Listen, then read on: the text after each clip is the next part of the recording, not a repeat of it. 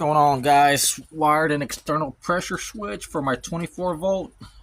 You'll thank me later. You'll get more, I'd say, better reliable performance. You won't have your heads busting out here at the seams with the Yankee pressure switch on the inside.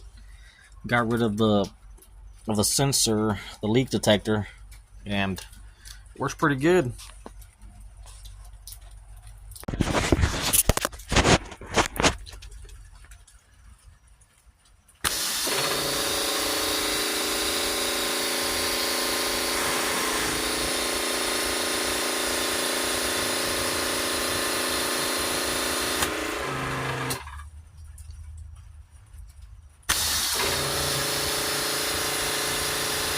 Beautiful.